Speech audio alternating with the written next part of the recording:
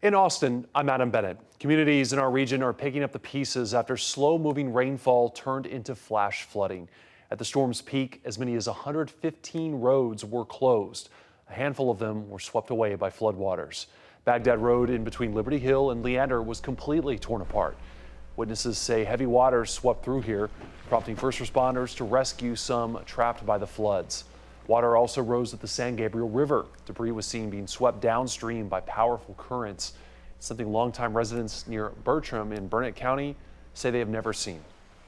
How do we rebuild from something like this? I mean, we take a beating in the hill country often, but with floods like this isn't something we're used to. This isn't something that, we typically have to, bounce back from. So with all this rain and then the destruction that it's causing downriver into Georgetown right now, there's just going to be a massive cleanup on everybody's part. On Saturday, Governor Greg Abbott added more Central Texas counties to the disaster declaration he originally signed on Friday. And on Sunday, President Donald Trump approved a disaster declaration for Kerr County. Crews in Williamson County here in Central Texas are still looking for 2 missing people, while also starting to assess damage in flooded areas. Jessica Cha shows us what's next for rescue and recovery. County leaders told us earlier this morning that at least 1 person is dead and 2 people are still missing. But they say they still have hundreds of people on the ground looking for them. Now, county leaders say yesterday rescue crews reported over 10 water rescues, saving 27 people. They said they sent out 1,500 alerts warning people of the flooding and to evacuate where needed. Sheriff Matt Lindeman says calls began to pour in starting around 1:50 in the morning about roads being flooded. In one of those calls, someone reported that a car was swept away. And when rescue crews located the vehicle, they saw it was submerged underwater, but no one was inside. It was only when someone went back to the car later in the day when the water had receded that they saw a body was trapped underneath the vehicle. And that's the county's 1 casualty so far. They say rescue efforts to find the 2 people still missing are underway. We understand that families are out there desperately wanting to know about what's going on with their loved ones that are missing. We're working hard and we will exhaust all the efforts to find your loved ones and get them back to you. As the county moves into recovery mode, they say at least 29 roads are still flooded over, blocked by debris, or impassable. At least 6 of those roads have damage to them, and road crews are working to fix them. Judge Stephen Snell says people should start to report any damage they're seeing to their homes or surrounding areas. And if you do want to report someone missing, they say to call the county's non-emergency 911 line or call 911 if it is an emergency. In Williamson County, Jessica Cha, KVUE News. Because of high water concerns, the city of Austin has banned use of personal and commercial watercrafts in waterways. That includes kayaks and paddleboards. That ban covers Lady Bird Lake, Lake Austin, Barton Creek, Bull Creek, and the Colorado River downstream of Longhorn Dam. That order runs through noon on Monday. And in Williamson County, it was a happy ending for some animals at the shelter. County leaders say 75 cats and 37 dogs had to evacuate their Georgetown shelter because of the rising floodwaters. Staff and volunteers stepped in to get them out. They even found them homes. 8 cats were adopted or reunited with their families. 1 family reunited with their dog. 21 dogs were taken to Austin Pets Alive, while 3 cats went to Foster to Forever. 48 dogs and 91 cats and kittens went to foster families. Well, today, Texas State was supposed to celebrate their new move to a new conference. Their Pack the Park event was going to be a celebration for the Bobcats' recent addition to the Pac-12 conference.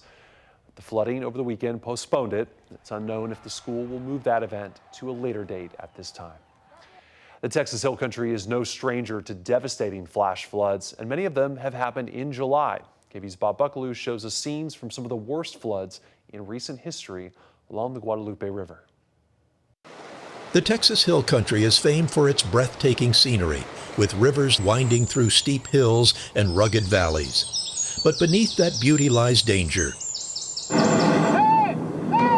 This region is among the most flash flood-prone areas in the United States. One of the most devastating floods occurred in July 1978, when Tropical Storm Amelia made landfall in Corpus Christi and moved inland. The weakened system stalled over the headwaters of the Medina and Guadalupe rivers, unleashing torrential rain across the hill country. 8 people drowned near Center Point, and 25 more lost their lives in Kerr, Kendall, and Bandera counties. Then Governor Dolph Briscoe flew to Comfort to assess the damage firsthand. Has to be one of the worst in the history of our state. Until the recent July 4th floods, the deadliest weather event in the Guadalupe River's history came in July 1987. As much as 15 inches of rain fell west of Hunt in the river's upper basin. A group from a Baptist church in North Texas attempted to evacuate their youth camp. As buses and vans tried to cross a low-water crossing, a wall of water surged in from the west, quickly engulfing the vehicles. Helicopter crews managed to rescue some campers and staff clinging to trees, but 10 teenagers died. Flooding struck again in early July 2002 when Kerrville recorded 19 inches of rain, making it the city's wettest month since August 1978. Between Kerrville, Center Point, and Comfort, an astonishing 40 to 50 inches of rain were reported. Texas leads the nation in flood-related deaths by a significant margin. Between 1959 and 2019, at least 1,069 people died in floods across the state. A large share of those fatalities occurred in the Hill Country, a region grimly nicknamed Flash Flood Alley, for good reason. Bob Buckaloo, KVUE News. On Friday, President Donald Trump signed the federal spending bill after Congress approved changes to the law. In response, protesters with the group Hands Off Central Texas staged what they called die-ins outside the offices of Republican lawmakers. The protesters laid motionless outside the offices of U.S. Senator John Cornyn in downtown Austin and Congressman Michael McCaul in southwest Austin. This was to symbolize what the group says will be deaths caused by federal budget cuts. The bill is expected to cut spending on Medicaid, Medicare, and SNAP food assistance programs.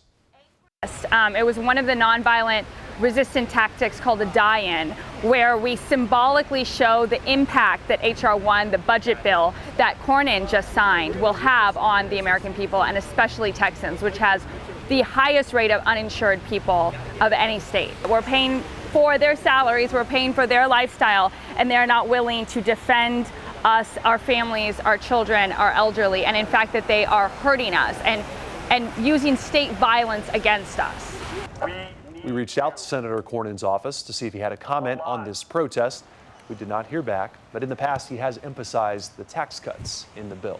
He previously told us, quote, "If the president's tax cuts are not extended, the American people will face the largest tax increase in American history," end quote. Those are the headlines in Austin. I'm Adam Bennett.